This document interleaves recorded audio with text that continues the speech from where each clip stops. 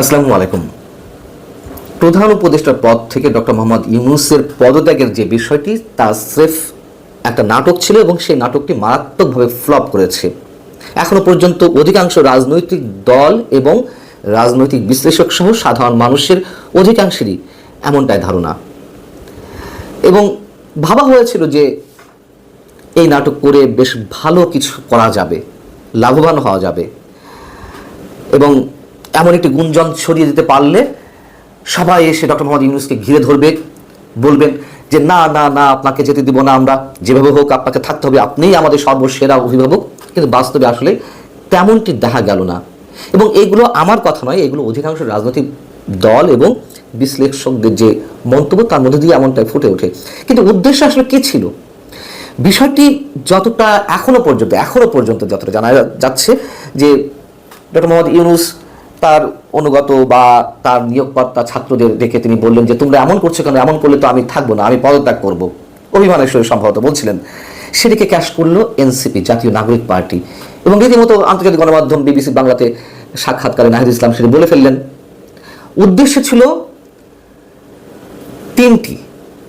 একটি হচ্ছে এটি করে একটি বিশেষ মহলকে উত্তেজিত করে সেনাবাহিনীর বিরুদ্ধে উস্কানি দিয়ে মোটামুটি সেনাবাহিনীকে একটা নাস্তানুবোধ অবস্থায় নিয়ে যাওয়া।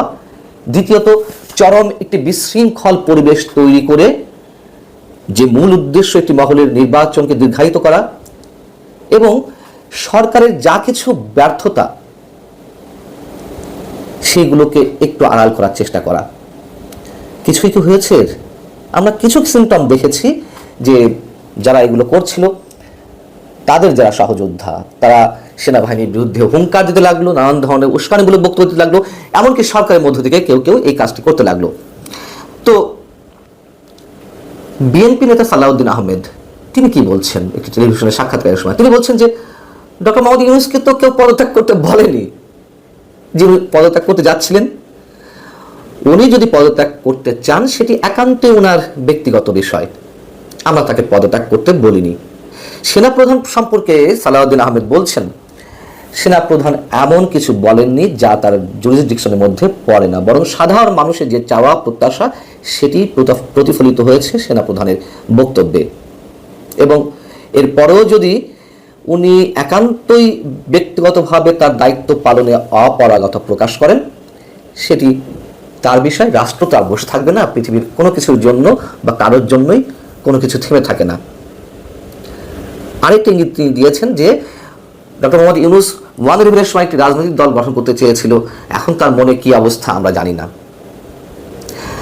বিবিসিকে বিএনপির কোনো নেতা বলছেন নির্বাচনের সুনির্দিষ্ট রোডম্যাপ ও ৩ জন উপদেষ্টার পদত্যাগের যে দাবি ছিল তাদের, সেই ভাবনা থেকে বা এই ভাবনাগুলো আড়ালে নেওয়ার জন্য, বিতর্কগুলো এড়ানোর জন্য এমন একটি নাটক করা হয়েছে। এবং মাহমুদুর রহমান মান্না কি বলছেন আরেকটি টেলিভিশন, একটি টক শোতে, বাংলা ভিশনে, তিনি বলছেন যে এনসিপিকে প্রমোট করেছে ডক্টর মোহাম্মদ ইউনূস। 52 থেকে আজ অবধি, 52 ভাষা আন্দোলন থেকে আজ অবধি বাংলাদেশে যতগুলো আন্দোলন হয়েছে তার নেতৃত্ব তো ছাত্ররাই ছিল, কিন্তু সেই ছাত্ররা কখনো ক্ষমতায় বসতে চায়নি, রাজনৈতিক দল গঠন করেনি। রাজনৈতিক দল গঠন করলেও তারা ক্ষমতায় যাওয়ার জন্য অতটা উদ্গ্রীব হয়ে ওঠেনি। কিন্তু 24 আন্দোলনের ছাত্ররাই তারা যে টার্গেট নিল ক্ষমতায় যাওয়ার, সেটিকে উৎসাহিত করেছেন ডক্টর মোহাম্মদ ইউনূস। উনি যদি পদত্যাগ করতে চানই সত্যি সত্যি, তাকে দড়ি দিয়েও কেউ বেঁধে রাখতে পারবে না। এবং উনি যেটি বলেছেন সেটি কথার কথা, এমনটাই মাহমুদুর রহমান মান্নার, মানে জাতীয় ঐক্যের মাহমুদুর রহমান মান্নার ব্যাখ্যা।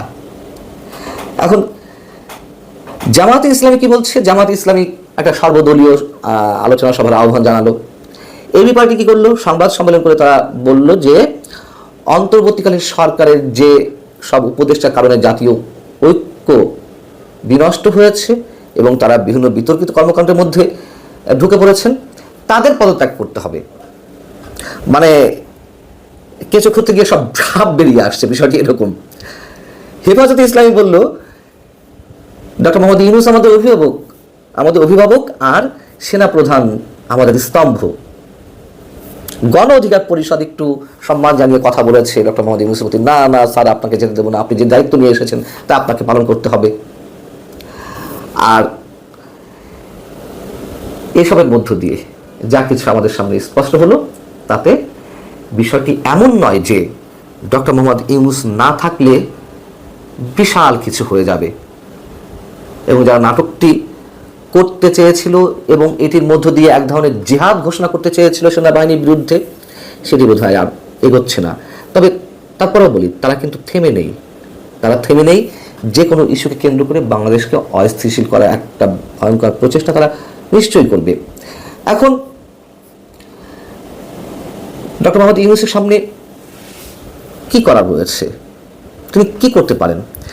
রাজনৈতিক বিশ্লেষকদের অনেকে, বা আমারও, মানে আমি একজন ছোট মানুষ হিসেবে আমার যেটি মনে হয় যে অধ্যাপক ইউনূস পদত্যাগ করে চলে যেতেও পারেন, এটি তার বিষয়, এবং দলগুলোকে, মানে এটা একটা করতে পারেন। আরেকটা হচ্ছে দলগুলোকে অংশীজনদের আস্থায় এনে নির্বাচনের দিকে তিনি দ্রুত হাঁটতে পারেন, নির্বাচনের একটা রূপরেখা তিনি দিয়ে দিতে পারেন, এবং সবার যে চাওয়া এই ডিসেম্বরের মধ্যে, ডিসেম্বর তো এখন অনেক বাকি, কেবলমাত্র মে মাস, এখনো 7 মাস বাকি, এর মধ্যে একটা নির্বাচন ব্যবস্থা করা।